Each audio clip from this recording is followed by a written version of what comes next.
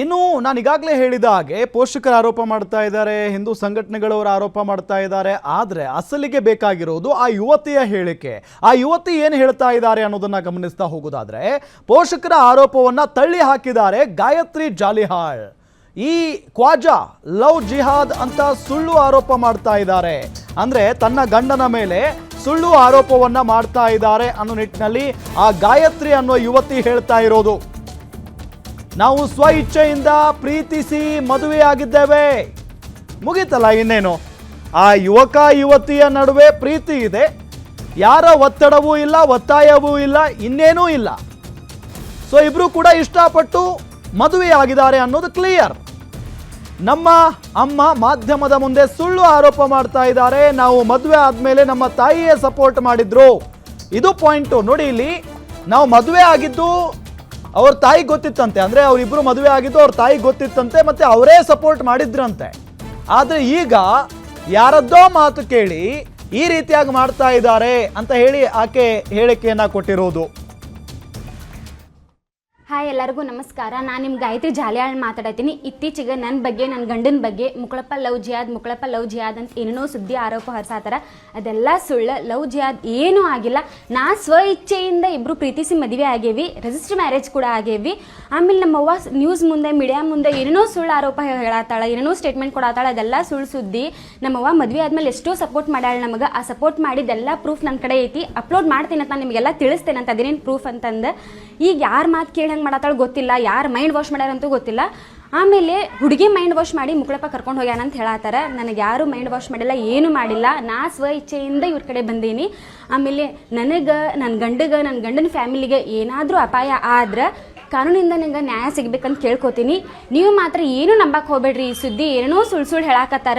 ನಮ್ಮವ್ವ ಅಪ್ಪಗೆ mind wash ಮಾಡಿ ಅವರೇನೇನೋ ಸುಳ್ಳು ಸುದ್ದಿ, ಸುಳ್ಳು ಸ್ಟೇಟ್ಮೆಂಟ್ ಕೊಡ್ಸಾತಾರ. ಇದನ್ನು ನಂಬೇಡ್ರಿ ಅಂತ ಕೇಳ್ಕೊತೀನಿ.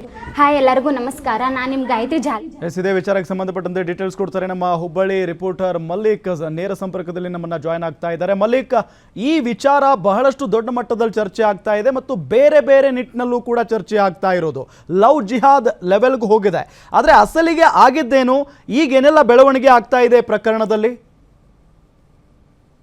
ಖಂಡಿತ ರಾಮ್, ಕಳೆದ 3-4 ದಿನಗಳಿಂದ ಏನು ಮುಕುಳೆಪ್ಪ ಅಲಿಯಾಸ್ ಖಾಜಾ ಅಂತ ಏನಿದ್ದಾನೆ, ಈತ ಯೂಟ್ಯೂಬರ್, ಪ್ರಖ್ಯಾತಿಯನ್ನ ಹೊಂದಿರತಕ್ಕಂಥ ಉತ್ತರ ಕರ್ನಾಟಕದಲ್ಲಿ ಅತಿ ಹೆಚ್ಚು ಖ್ಯಾತಿಯನ್ನ ಪಡೆದಿರ್ತಕ್ಕಂಥ ಯುವಕ. ಈತನ ಮದುವೆ ವಿಚಾರವಾಗಿ ಹಲವು ಬಾರಿ ಚರ್ಚೆ ಆಗಿತ್ತು. ತದನಂತರ ಚರ್ಚೆ ಆದ ಮೇಲೆ ಪ್ರಥಮ ಬಾರಿಗೆ ಧಾರವಾಡ ಗ್ರಾಮೀಣ ಠಾಣೆಯಲ್ಲಿ ಇವನ ಮೇಲೆ ಒಂದು ದೂರನ್ನ ಕೊಡ್ತಾರೆ. ಅಲ್ಲಿ ಸ್ವತಃ ಖ್ವಾಜಾನನ್ನ ಮತ್ತು ಗಾಯತ್ರಿಯನ್ನ ಕರೆಸಿ ವಿಚಾರಣೆ ಮಾಡಿ ಕಳಿಸಲಾಗತ್ತೆ. ತದನಂತರ ಗಾಯತ್ರಿ ಪೋಷಕರು ಹುಬ್ಬಳ್ಳಿಯ ಲೋಹಾನಗರದಲ್ಲಿ ಇರ್ತಾರೆ. ಇಲ್ಲಿದ್ದಂತ ಸಂದರ್ಭದಲ್ಲಿ ಕೆಲ ಹಿಂದೂ ಕಾರ್ಯಕರ್ತ ಯುವಕರು ಇದು ಲವ್ ಜಿಹಾದ್ ಆಗಿದೆ ಅನ್ನುವ ಆರೋಪವನ್ನು ಕೂಡ ಮಾಡ್ತಾರೆ. ಸೋಷಿಯಲ್ ಮೀಡಿಯಾಗಳಲ್ಲಿ ತಮ್ಮದೇ ಆದ ಭಾವನೆಗಳನ್ನ ಹಂಚಿಕೊಂತಾರೆ ಮತ್ತು ಆತನ ಜೊತೆ ಯಾವ ಯುವತಿಯರು ಕೂಡ ವಿಡಿಯೋ ಮಾಡಬೇಡ್ರಿ ಅನ್ನುವ ಒಂದು ಎಚ್ಚರಿಕೆಯನ್ನು ಕೊಡ್ತಾರೆ. ಇದರ ಮುಂದುವರೆದ ಭಾಗವಾಗಿ ಮೊದಲಿಗೆ ಗಾಯತ್ರಿ ಅವರ ತಾಯಿ ಮತ್ತು ತಂದೆ ಒಂದು ವಿಡಿಯೋ ಮೂಲಕ ಹೇಳ್ಕೊಳ್ತಾರೆ. ಖ್ವಾಜಾನ ಮೇಲೆ, ಅಲಿಯಾಸ್ ಏನು ಮುಕುಳೆಪ್ಪ ಇದ್ದಾನೆ, ಈತನ ಮೇಲೆ ಒಂದು ಆರೋಪವನ್ನ ಮಾಡ್ತಾರೆ. ತಮ್ಮ ಮಗಳನ್ನ ಈತ ಮೈಂಡ್ ವಾಶ್ ಮಾಡಿ ಪ್ರೀತಿಯ ಬಲೆಯಲ್ಲಿ ಬೆಳೆಸ್ಕೊಂಡಿದ್ದಾನೆ.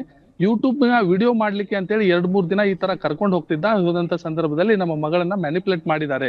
ನಮ್ಮ ಮಗಳನ್ನ ನಮಗೆ ಬೇಕು, ಕಳಿಸ್ಕೊಡಿ, ಇದೊಂದು ಲವ್ ಜಿಹಾದ್ ಪ್ರಕರಣ ಅಂತ ಹೇಳ್ತಾರೆ. ತದನಂತರ ಅದೇ ದಿನ ರಾತ್ರಿ, ಅಂದ್ರೆ ಕಳೆದ ದಿನ ರಾತ್ರಿ ಹಳೆ ಹುಬ್ಬಳ್ಳಿ ಪೊಲೀಸ್ ಸ್ಟೇಷನ್ಗೆ ಬಂದು ಆತನ ಮೇಲೆ ಕ್ರಿಮಿನಲ್ ಕೇಸ್ ಕೂಡ ದಾಖಲಾಗತ್ತೆ. ಅಂದ್ರೆ ಈಗಾಗಲೇ FIR ಕೂಡ ದಾಖಲಾಗಿದೆ.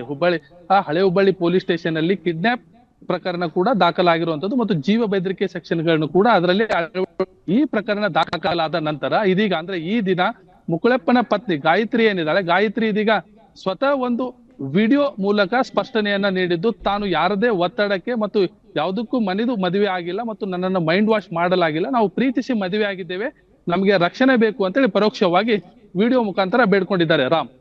ಓಕೆ.